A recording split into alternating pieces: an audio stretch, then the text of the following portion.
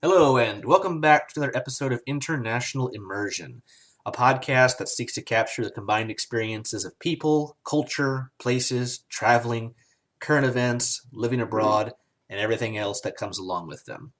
For today's episode, I have my old friend Andy back for another episode, and today we were thinking about what would be a good topic, and what came to mind was the new COVID vaccine that's been created and adopted in several countries. And since he's in Argentina and they have some interesting developments about a vaccine, as in the US, where I am, we all know that there's a new vaccine out that's being administered. We thought it'd be interesting to discuss what's going on in both countries and also what we predict will happen going into 2021 with the vaccine, but also factoring in the new mutation of the virus with the UK strain that's more virulent and things like that. So Andy, it's great to have you back, man. How have you been? Very well. Thank you, Sean, as usual, for having me here. Hi, everyone. I think we've got a beautiful plan ahead of us. It's interesting. I truly hope that these vaccines, they end up, because everybody keeps on saying, the vaccine will finish the pandemic. Everything ends once you get the vaccine, but I disagree. I would You know, also I would also agree to disagree on that as well. Yes. Well, the thing is, even if you get the vaccine, there's going to be still a lot of people that won't get the vaccine. And also, many customs that have been adopted recently about using the face mask or like the 2 meter distance that you have to keep from like other people, that will keep on happening. But maybe, at least it will help on preventing more deaths. And that is a positive thing. Yes, I totally agree with you on that. I think that is the first and foremost initiative that must be pursued is reducing the amount of human fatalities. Too many people have already have expired due to this virus, and you bring up a great point. Is that once you develop a vaccine, it doesn't mean snap, it's done, it's over. It's a process. Like I know in the U.S. now, about almost 2 million Americans from last checking the statistics have been vaccinated, but there are over 300 million Americans in the United States. So at the current rate, that's going to take a long time. Plus the fact that so much money has been put into creating the vaccine, the proportion of that has been put into distribution is very minute, very small in comparison. So I know, and I'd like to add in there something that people say, right, this is a vaccine, it's gonna work and whatnot, and there has been tests being done, but it's not the first time I'm hearing, at least these past few days, that it generally takes around 10 years to fully develop like a working vaccine and making sure that it actually works, it is effective, and all of these things we don't know them. We are the very experiments, or we're being used as test cases as these vaccines keep on coming out or keep on rolling. So I truly hope that they've done their homework correctly and oh, they will be effective. Oh, I know, because I mean you're dealing with something that you're injecting into the body, and everyone's physiology and bodily chemistry is different, so you may have different reactions to it. I mean, I got a flu shot like I normally do every year, and actually for the first time in my life, I had an immune reaction to my flu shot. So it wasn't bad, but for a good day and a half, I was like sweating profusely and had a lot of cold sweats, and I'm like, what is going on? And I called my doctor and I explained the symptoms because at first I went, oh my God, do I have COVID or something? But they're like, no, you're having an immune reaction. I'm like, really? So, that's definitely made me think a bit. I still believe in vaccines, but at the same time, it was just made me take a step back and go, oh, this is what can happen. And I know in my own family, my uncle, he works for a hospital in the St. Louis area. He actually got the vaccine because he is considered a essential employee to the hospital. So he got the vaccine, and luckily he's had no side effects besides for his arm being sore for a few hours. And then in the near future, he's going to get the booster shot on top of that. But he's the only person in our family that's got it. I personally don't know when I will get it or whether family members will get it or when they'll have access to get it. So I predict that it's going to take, potentially most of 2021 to get people vaccinated. And like you brought up, a lot of people probably will not get vaccinated because there's so much that information, or the anti-vaxxers, as they call them here. No, Also that, but I would say is that we do not know for how long will the effects of the immunization last. And that is problematic because we've only had less than a year to develop this vaccine, which means that even less than a year to see how long did the effects of the initial trials last. So maybe by the time you're done, vaccinating a quarter of the population, you might need to revaccinate it again because those effects are gone. But maybe by then, the virus might be beginning to disappear. That could be a possibility.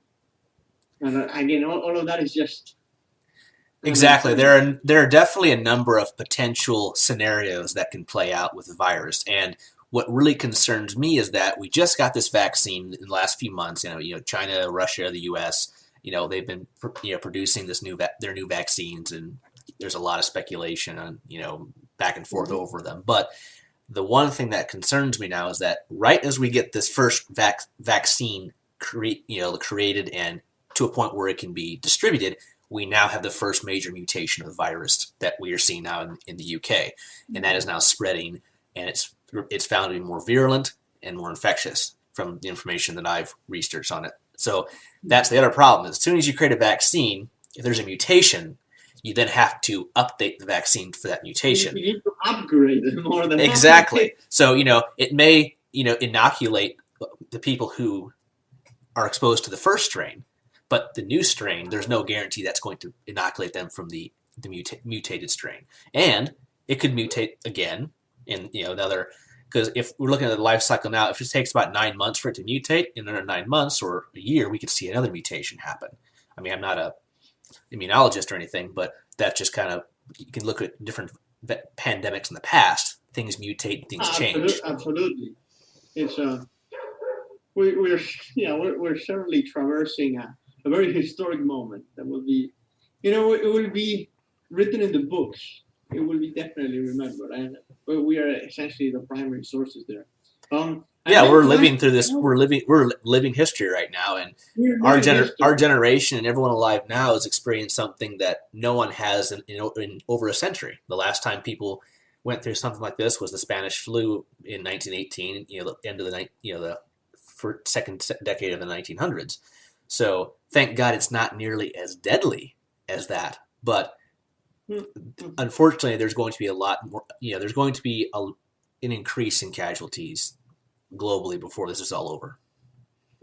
And before we continue, just like one last thing, which is, this is just a small taste of what it means to live in a globalized society, because you see, it is just a perfect example of how fast things can occur when you have this level of connectivity all around the globe. It was just a matter of weeks, maybe, right, for the virus to reach every single corner of the world. In the same way, it has been a matter of days for the vaccine, which is being manufactured in like several sites in the U.S. to reach many other corners in the U.S. of the world to be applied to many people. So this, it is just a foreshadowing of all what the future could look like in these senses. No, I think that's a great point, and especially your use of foreshadowing, in that globalization and the interconnectivity that we have achieved in this day and age has been very beneficial to developing economies, education, advances in the arts and sciences. But at the same time, that interconnectivity also brings the pitfalls, viruses, and the other negative, both man-made and non-man-made things like this virus. So in the past, when we did not have this level of connectivity, if one place got a plague or some type of pathogen, it may wipe out that region, but it would be harder for that to spread to another area. Like look at the bubonic plague back in the Middle Ages. That spread, but it was still slower, much slower than this, because of and even though that there were the different regions and different not even nation states at the time, but just the entities where they were interconnected, it still took months and months to travel from place to place. Like we're now, it started in China, and then literally within a couple of months, it's everywhere. It is absolutely nuts. But I wanted to ask you, how is the vaccination campaigns going on in the US? And how's the process? How's the distribution working? How are people receiving these things? Do you see opposition? Do you see support towards like these actions? Are people hopeful? That's definitely a loaded question, I would say, and I've not really delved too deeply into it, but I know that from talking to my uncle and a few other people that it is being made ready, and they're trying to target people that are potentially the most at risk. But the amount of time, organization, and logistics involved, it's just going to take time for that to kind of come into fruition. But yeah, I mean, like I said, over 2 million Americans have now been vaccinated, roughly, and that number continues to go up. So we're starting to see it being carried out. It's just going to take time. And for me, it's like, I definitely want to get it, but I'm not as concerned about myself being a young, healthy individual as opposed to some of my older family members that are more high risk. I know if they have a chance, I would tell them to go get the vaccine. And when I have an opportunity, I will. But I think it's just going to depend on a lot of factors. And also, there's also a lot of decision making on the government and both the federal and state governments about what areas are most at risk. And you already are seeing debates now about certain areas getting more access versus other areas less access, and that's going to create more political debates and more antagonism, I think, in many places. So there's no direct or very clear method to do it. But I think that they're trying to do what they can. It's a very big task to complete. It is a logistical challenge. Yes. To redistribute it. Also, that temperature that they're requiring it to be delivered, which is like, what is it, like negative 70 degrees Yeah, Celsius? it's pretty that adds to the logistics. You have to have the right amount of refrigeration. You have to have the right transportation and resources available to transport the vaccine to where it needs to go. And have you seen like people that are just against applying the vaccine? Oh yeah, there are a lot of anti-vaxxers. I myself have not really encountered any people like that, but I have in the past about just flu shots and other vaccines. And I think that there's some validity in their argument. Some vaccines have caused problems for people, but at the end of the day, vaccinations have been a huge step in the progression of us in people overcoming disease. Look at polio. Look at all the different diseases that have been in one way or another been knocked off or they're no longer a problem for us through the advancements of science and the understanding of pathogens, viruses, bacteria, etc. So while I understand their concerns, I still am more pro for getting the vaccines. It's just, like you said, we discussed, they have to do the homework. They have to take the time and put the energy to make sure it's safe. Yeah, I feel a little bit conflicted in the sense that, yes, I've never been so willing to inject myself a vaccine. I've generally been scared of like tiny pointy things. Oh, I hate needles, man. I hate needles. Exactly, but at the same time, I really want to, just come out from all of this chaos. On the other, but I still think that it might have been a very rushed process just to bring the vaccine, make it available as soon as possible, and maybe we have reached a level of technology that is allowing us to do it this way. I'm not an expert in what it takes to make a vaccine and all of the research behind all of that. And I understand it has been an insane international cooperative effort to bring it together. So it has been different to other situations in the past. But still, it seems a little bit rushed. I would agree with you, and that is my concern. And I think just because of how new they are, and even though millions of people have gotten the vaccines, I think it's still too early to tell how effective it will be, especially with this new strain coming in, because, I'm sure you're going to get cases where, I got the vaccine, but then I got sick and they test positive for COVID with the new strain or even the old strain. So I think it kind of boils down to each and everyone's own body and immune system and how the vaccine interacts with that. So it's not a magic bullet. stick me and I'm good. It's No, it's and like you said, people can't have the mentality of, oh, I get the shot, I can go out and resume everything as before, pre-COVID exactly. times.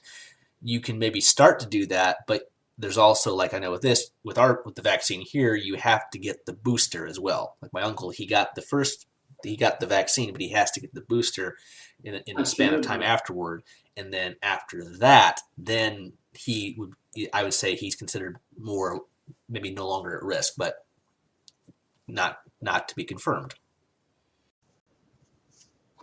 Well, that is actually a really good point, the one that you're bringing up in there.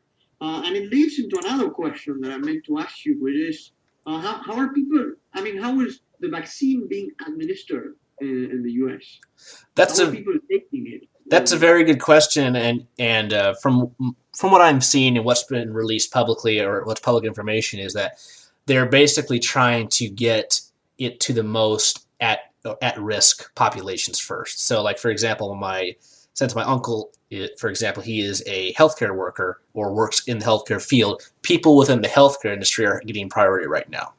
He's getting one. A lot of people, if you work for a hospital, care center, or places like that, those people are at least in theory getting priority, and that's where the first batches of the vaccine are trying to be sent. And then after that, like for example, in our area, people are starting to be able to sign up for the vaccine to get on a wait list. And I think they're trying to target like elderly people with pre-existing conditions. So there is a method to it. Now, there's still a long way to go. The number of getting vaccinated is increasing, but it's still, given the population of the U.S., it still has a long way to go. And does it depend on each state of the US to It does to determine? an extent, yes. As we discussed, talking about the transportation methods and all the logistics behind that, yeah, it depends. Since the states do have a good amount of autonomy to an extent, yeah, Mhm. they're definitely, you can see the differences from state to state. Although I haven't had the chance to go through all the states to see the specifics, but there are definitely differences in that with regarding state to I state. want to tell you something crazy that happened on the past weeks in here. Like a recent story that has driven people nuts back home, which is that there's like this Argentine media star that traveled with their old grandparents over to Miami, which Miami in Florida is it's a super Latin American city, you would say, and it seems that they're not really controlling who's getting the vaccines. Because I mean, you would say this is a matter of like national. I wouldn't call it national security, but but you want to prioritize like the American population first. And I'm completely for. I support that idea because you're in the U.S. Why would you give it to tourists, or why would you even give it to like foreigners, right? Like first the Americans, and it seems that like this Argentine media star was there in Miami and somehow managed to get their parents get a Pfizer vaccine. How Yeah, interesting. now they have the vaccine, and it's great, and it shows a little bit about whether at least the Miami government is controlling like whether if it's doing a distinction between Americans first, or are you also providing the opportunity for tourists, which there's also a point, because like tourists they will interact with the locals and they're buying stuff, and they might infect them. So if they are also vaccinated, it might reduce the risk of infection. But it's still an interesting point. That is a good And point. And to your point, it is understandable if everyone is there, they want to vaccinate everyone to keep everyone safe. But at the same time, the vaccine, it's every country should in a way prioritize its own citizens, and if there's still people coming into the country, it should be in a controlled manner. I mean, there are precautions in place, but that is a good point. absolutely, And another interesting article I read, which is actually very infuriating, was in one situation, a lot of vaccine doses were accidentally thrown away. oh, Yeah, it well, really.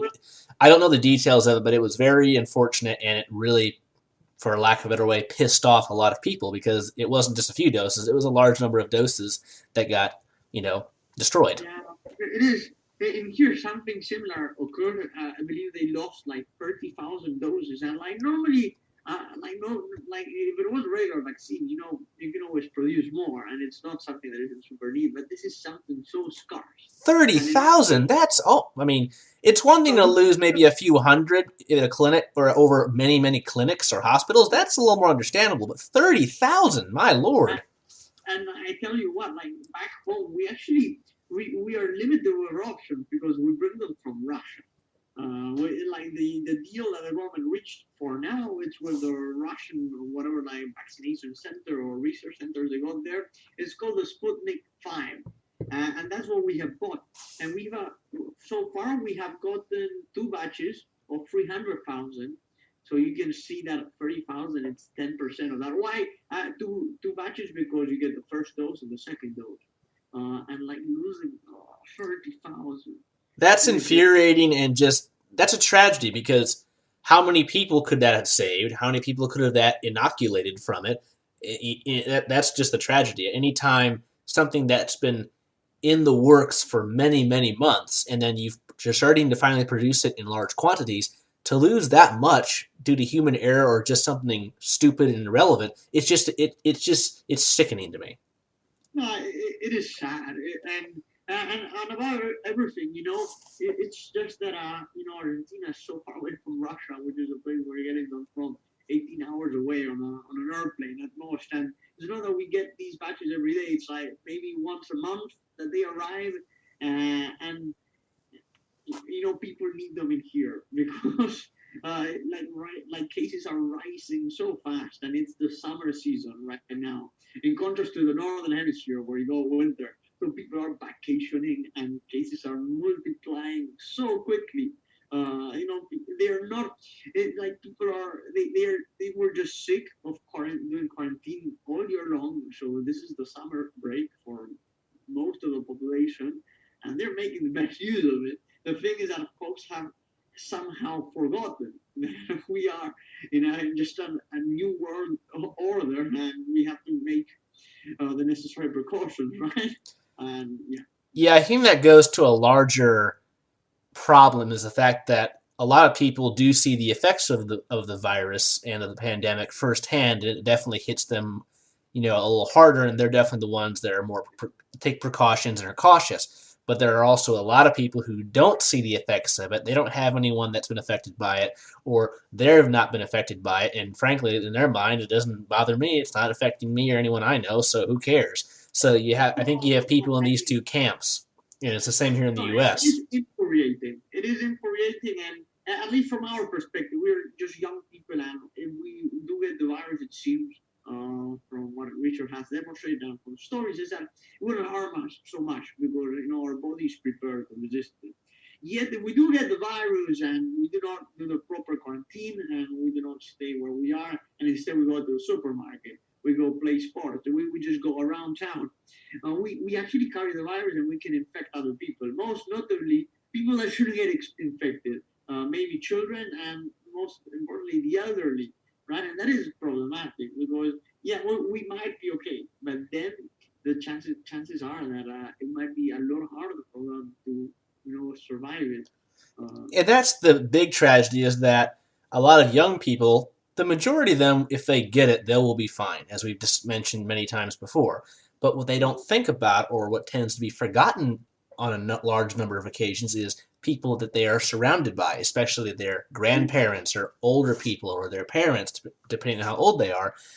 Now, not saying they all are, but a lot of them do think of that. But there's also a lot who do not. And Yeah, yeah, I've seen some news channels interview people like vacationing just back in 2020, and they'd ask a lot of these young college kids or other young people this question. Oh, I never thought about that, or oh, I didn't think about this and that. And you're like, duh, people, come on now. I mean, I get you're young and want to have fun, but it's like you need to be socially responsible too. yeah, but it is also an appeal to the common sense, because they tell me it's not compulsory to wear a mask, right? You would wear a mask if you are surrounded by people, right? That is common sense. You don't need to wear a mask if you're completely alone in the middle of the field or True. you're just walking a street away from people. The thing is that sometimes people, they just lack common sense. And if you don't go to wear a mask, they will tell you, no, that is against my freedom of, freedom of like whatever of action or whatever I want to do. Freedom of expression, freedom of expression and freedom of, personal freedom, whatever you want to call it. People cite so many different facts or different, examples.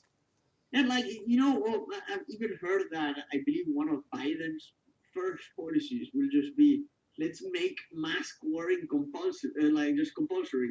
And that seems like a super basic thing. It shouldn't even be compulsory. It just would like everybody's own responsibility. And when, like, ask yourself, when do I need to wear a mask? And just wear a mask when you deem it appropriate, right? And there's people that even if you don't wear a mask, even if you have to wear a mask because you're in a closed environment, they just won't, because again, it goes against their own rights. And something as basic as just wearing a mask will receive the criticism of a lot of people, and that is concerning because you're just being part of the problem. It is against common sense. It's against common sense, but I think the big reason for that is because masks have been so heavily politicized here in the U.S. Other places too, but here in the U.S., they become it's a political statement. I'm not going to wear a mask. It's my political statement. Blah blah blah blah blah blah blah blah blah. And I can sympathize. I don't want to have to wear a mask if I don't have to. I mean, yeah, it's not the most comfortable. It's a bit frustrating at times, but I know people cite, oh, it's my feelings, my expression, my freedoms.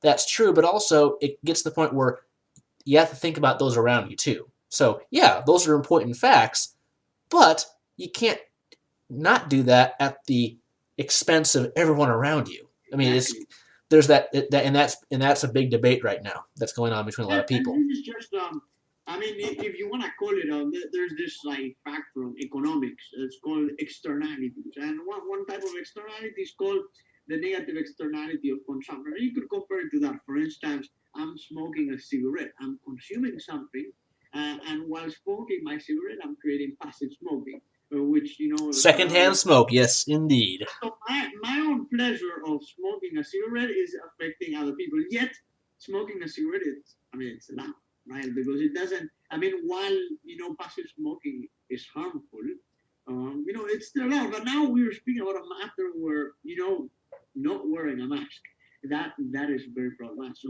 these are two situations in which, well, one, it's acceptable, and there's certain circumstances. One should not be, because we are speaking about a matter of survival, like real survival. So that's why we should urge, like people in the street, you see them wear a mask. Well, I mean, common sense, right? If they're walking by themselves, like nobody else surrounding them, no problem at all.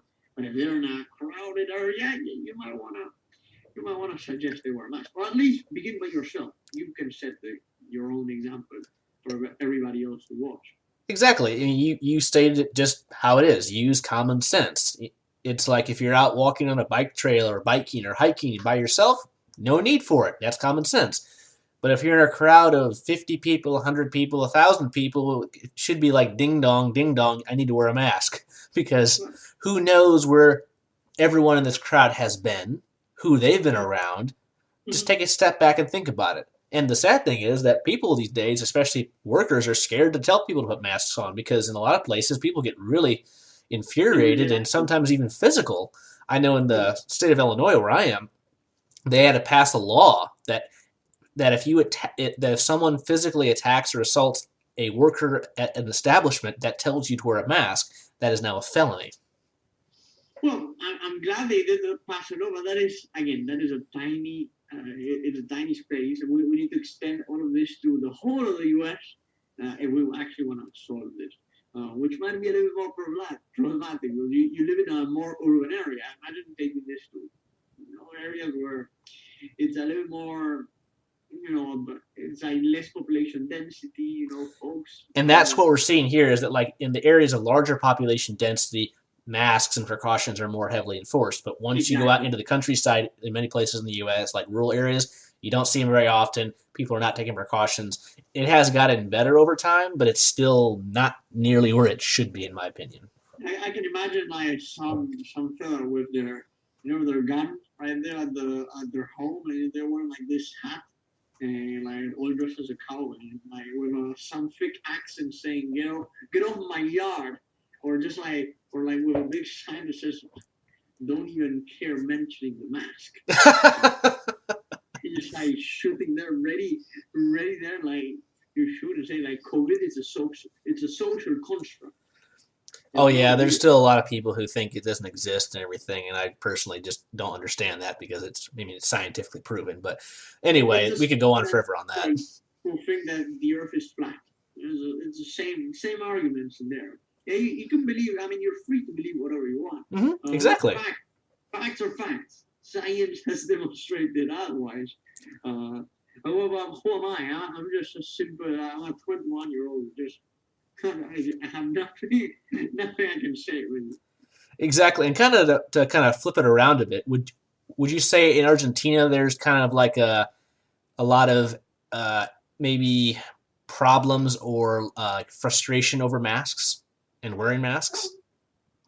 I'm surprised that there isn't much of a problem. In fact, it's incredible, right? Like most of the people I see in the streets, like they are wearing masks, and I'm actually proud of looking at that. Maybe I'm speaking from a biased point of view because I live in a neighborhood that is medium working class. Folks they have been educated, so they know what they're doing. Maybe you go to more precarious areas, it might be a different situation. But mostly, from my experience, I've seen people wearing a normal mask, and it has been well received. In fact, sometimes I'm driving my bicycle, and like for driving when you're doing sports, you're not really required to wear a mask because otherwise you will just it's impossible to breathe. And I've been told by many people to wear a mask, which is good because it seems that this is something that has been well implanted in society. But nonetheless, cases are still rising, and that maybe not due to the fact of mask wearing, but just because of many gatherings. Because Argentinians they just like gathering so much, and they don't take the necessary precautions. And that's a Uh, good point. You can also see different countries, different cultures, and cultural, yeah, like no, practices and things like that. Those can all either help or harm society at large whenever there's a pandemic. no, absolutely. And I to give you a very precise example, like I've been sometimes I go and hang out with my friends in here, and I personally do not like drinking alcohol. If you ask me what's my favorite drink, I will tell you it's a Virgin Cuba Libre, which is just like the Coke without the room. But like they do drink, and the thing is, when you go to parties, everybody uses like they end up using the same cups, and like sooner or later, you might believe you're in an environment where everybody's COVID free, and like that one cup that everybody is sharing, and this is just one of the zillions of parties that take place in the country. I know for a fact, like folks, they love to drink beer. They love joining. Like weekends, bars explode, and these sort of things they kind of make the virus like this. Just it makes it worse. Yeah, well, as they Uh, say, it only takes one person, one contaminated cup, one contaminated anything in a compacted, concentrated environment of people, and exactly. boom, you have a. I mean, look at that's how you've seen a lot of cases. Like there have been places where it just blew up in one area. Oh, this area, this event, 50 people got it. Oh, this area, 1,000 people got it. That's how it spreads.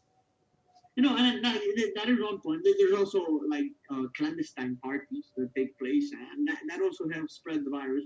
What is worse is that these guys, which are adolescents, young adults, they go back to their homes, maybe probably aware of the crime that they have committed because they shouldn't have been there in the first place.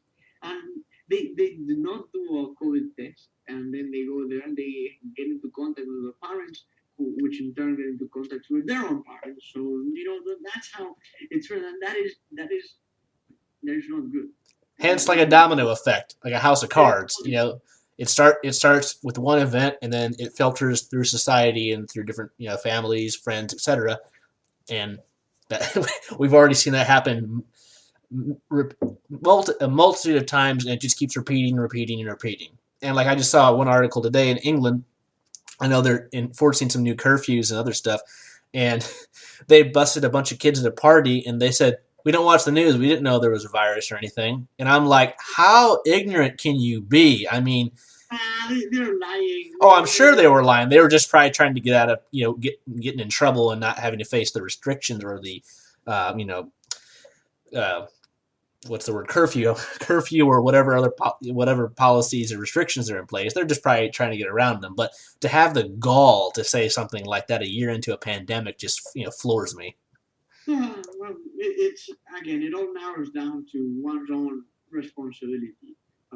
If we want to avoid the worst of scenarios, which is just going back to a nationwide quarantine, but that is not what is concerning me right now, nor what is concerning the Argentine media right now, which is an even more important issue, which is when are we going to have again in-person school? Because in Argentina, people don't really have access to technology, in contrast to what I think the US has. In the US, you would expect, a higher percentage of, school children to have maybe a tablet, a computer. It's not the case in Argentina. They actually really depend on going to the schools and being taught in person. We are trying to see how can we actually, or what are some alternatives to bring it up? Because if we're doing online again, not only would it be sad, but it's just like it's just going to be another year lost for children. We are trying to avoid that from happening, and that could either be two ways.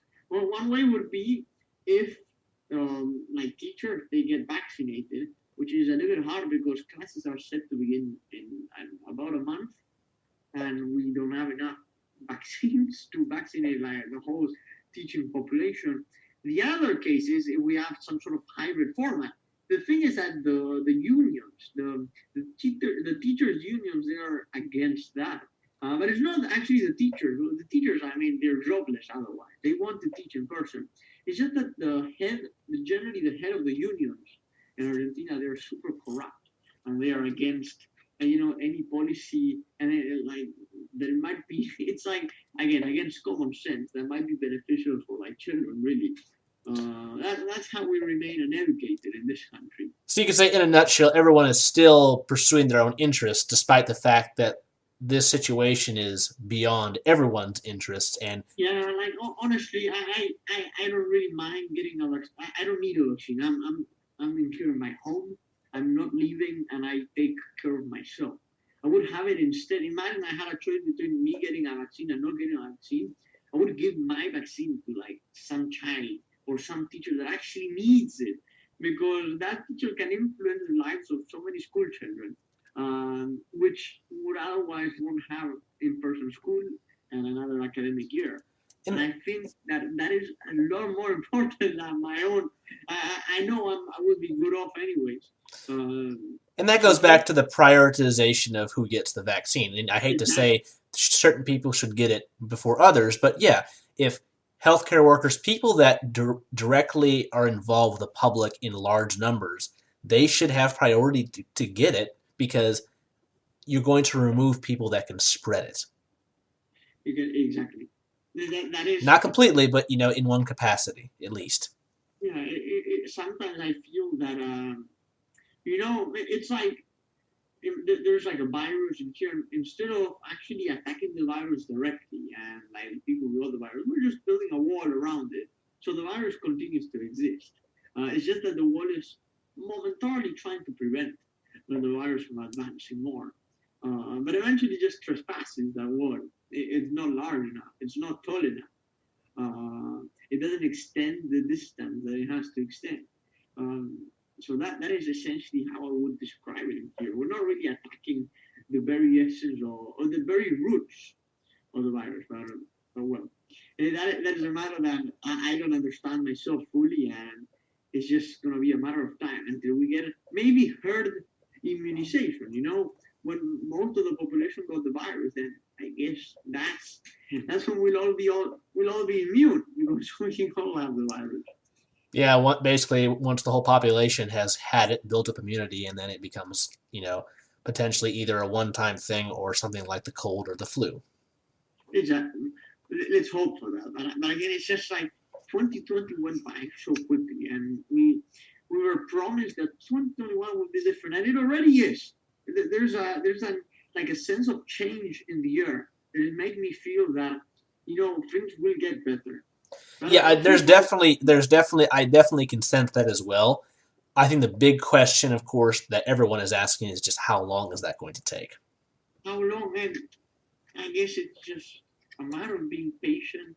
And again, remembering that the best moment to live is right now, because you cannot keep on pushing and saying, yeah, well, I'm going to leave all of these amazing plans into the future when everything is back to some normal that was like normal is never again going to be normal. The future is just like who knows, right? And it is exciting to think about that. But at the same time, it is also thought provoking because you need to think, all right, like it's I cannot plan to the future, and all of the things that I want to do, I actually need to do them now because maybe the future is just the same in this, and I'm wasting time just waiting and waiting and trying to see, being patient and waiting for change because not, that is not guaranteed. So I urge everyone to just live the moment right now and try despite the circumstances, to see right how can I make use of this situation in a positive way, produce an impact. Still, well, what is the still the best case scenario? Because if you're listening this, it means that you're probably healthy, you're probably safe, and you have the capacity to listen at least, which means that you haven't been, maybe you have been affected by the virus, maybe not, maybe you're safe, maybe you're not, maybe you're on the vaccine, maybe not, but at least that means that you're still alive. And if you're still alive, it means that you can still do a lot of amazing things. And that is what I personally want to do. Like some folks say 2020 was a horrible year. For me, I still managed to do lots of things. I'm grateful for the things that I've done, for just being healthy. And I hope all of you guys can find some gratitude in your lives, despite a situation that might seem horrible. And I side with you completely. Don't get me wrong. I side with you completely, but there's always some light. You can always find many positive things and things to be grateful about. Well, Andy, I'd say that's very well said, and I completely agree with you. I think no matter what life deals you or what situation you're faced with, like the pandemic, don't let it stop you from doing anything. Of course, there are some things you physically cannot do in this during the pandemic, but it doesn't mean that you can't literally just I give up, I won't do anything until this is better. It's like okay, well if I can't travel, I can't do all this. I can plan for the future. I can put things in order. I can save for this. I can save for that, or I can adapt, find new things, and try new things. And that's I think one thing that we need to take away from this is that this is a great opportunity for us to adapt and to learn more about Mm. how to cope and deal with the situation we're dealt with. Because I think as I mentioned in a previous episode, as a species, adaptation and advancement is one of our strongest or are some of our strongest attributes. Uh-huh. Mm-hmm. No, I completely agree with that. And well, it's just that different people have different means of adapting, and sometimes, we have been put into a situation where maybe you have more disposable time, in which case you can, learn new things, or just keep it simple, watching movies or just chilling. Some people might have been put in a situation where you're just more busy trying to handle so many things in an online environment that is just hectic and very infuriating when technology doesn't side with you. It just crashes your computer, and you lost all your files. I feel that feeling because I've been through that also last year.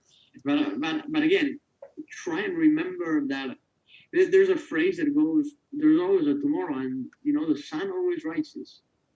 The Very sun always true. rises, Very and it will true. continue to rise every day as long as we're optimistic. Yeah, Andy, I think what we both have been saying, I think, is very important, and I think people need to understand these aspects, and also just maintain a positive outlook, regardless of what they're facing. Staying positive is so important, and trying to find the good in any situation and any advantage in any situation. And I think that's something that we have to learn and have to deal with now because this is something that no one has faced for nearly a century, at least on this magnitude. So, in a way that makes us very unique, maybe lucky, unlucky, however you want to call it. But at the end of the day, there's no getting around it. You need to come to terms with we're facing and then figure out a way to go forward. Absolutely. It is just that sometimes you sit down and just reflect on what is happening. And yeah, we're definitely living history. We are being the main characters of something that will be written in the books. And like it's just a history that's been constantly being written down every single day. It's just an historic day. It's unpredictable. Nobody knows what will happen. So it's just like a Black Mirror episode. If you know that series that speaks about a dystopian future, maybe it's not that dystopian. Maybe it's just hopefully not. Maybe it's just a future that we were meant to be living in. And as such, the only attitude we can do is just live it and just move forwards with what we're going to do. Very true, very true. Well, Andy, it's been a pleasure having you back again today, and I think it's really good to kind of go over and discuss what's going on in both of our countries, how we're dealing with the pandemic, thoughts, opinions, and our projections for what will happen, and also kind of explaining the ins and outs of people and how they deal with it and the actions they take. So, I think 2021 will be definitely a decisive year with the pandemic. I think a lot will still happen, and a lot has yet to be seen to come into fruition. And I'm just hoping that we'll start seeing more positive gains versus negative gains, or just staying where we are. But at minimum, staying where we are for a while is better than negative trends. So. No, there's a saying in here whenever we choose politicians that goes that it's better to choose an old one that it's already bad than a new one that you do not know how it is, but it might be like an even worse politician. Exactly. Yeah, I think that the adage. Yeah, that's an adage. I think in a lot of places, in a lot of cultures, is that the enemy you know is better than the enemy you don't know. Exactly. In other words, that is what I meant to say. Very true. Well, Eddie, we'll definitely continue with more topics, and I think as the year goes on, we can definitely come back to this topic and kind of see what our thoughts and where our thoughts are now, and how they have actually pan out with what happens and everything that goes along with them. So, but anyway, just please stay safe, take care of yourself. I'm glad you're doing well, and I'm doing pretty good myself, primarily. So, I'm just hoping that the situation will improve and that we can at least resume some normalcy that we had before. And like you said, it's never going to be, I think, fully the same, but at least something that's recognizable to what we had in the past. Absolutely. So this has been another episode of International Immersion. Please let us know what you think. Contact us with thoughts, ideas, suggestions. We'll happily get back to you. And with that, we will see you on the next one.